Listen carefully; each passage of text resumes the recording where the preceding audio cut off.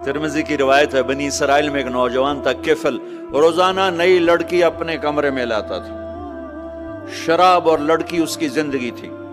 ایک رات ایک لڑکی کو لے کر آیا، 60 دینار 60 دینار پاکستان کا 12 لاکھ روپیہ بنتا ہے، اور آپ کا 1 لاکھ بنتا ہے۔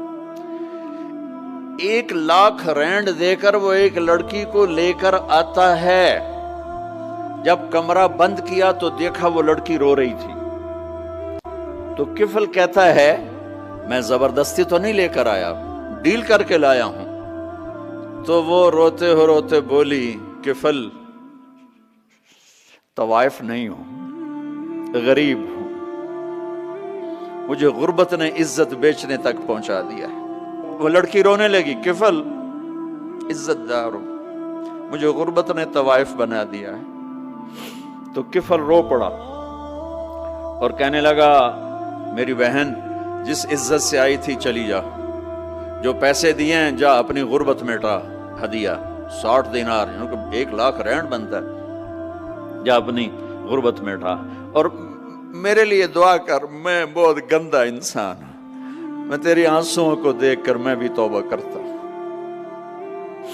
وہ لڑکی گھر پہنچی، پیچھے کفل مر گیا، اس کو نہیں پتا موت آئی کھڑی ہے سر پہ، وہ مر گیا۔ اللہ آخرت سے پردہ نہیں اٹھایا اللہ نے۔ وَمِن وَرَائِهِمْ بَرْزَخٌ إِلَى يَوْمِ يُبْعَثُونَ، پردہ ہے، مر گیا، کیسے مرا، کس حال میں مرا، کچھ پتہ نہیں ہے، اس کی قدردانی پہ قربان جاؤں۔ کل اگر یہ مردہ ملتا نا اپنے گھر میں، اس کو کسی نے اٹھانا نہیں تھا، کمرے میں ہی دبا دینا تھا، وہیں پتھروں میں اس کو دبا دینا تھا، یہ ایسا انسان تھا، لیکن وہ تو توبہ کر چکا تھا۔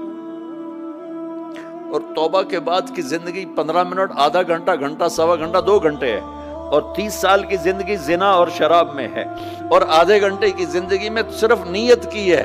کل تک تو بھی سورج میں نہیں دیکھا اور موت نے آ کے اٹھا لیا۔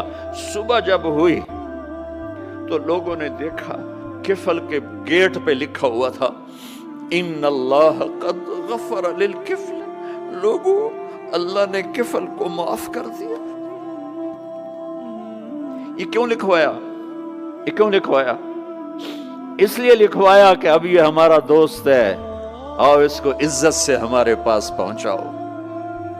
یہ شرابی بھی تھا، یہ زانی بھی تھا، یہ سب کچھ تھا۔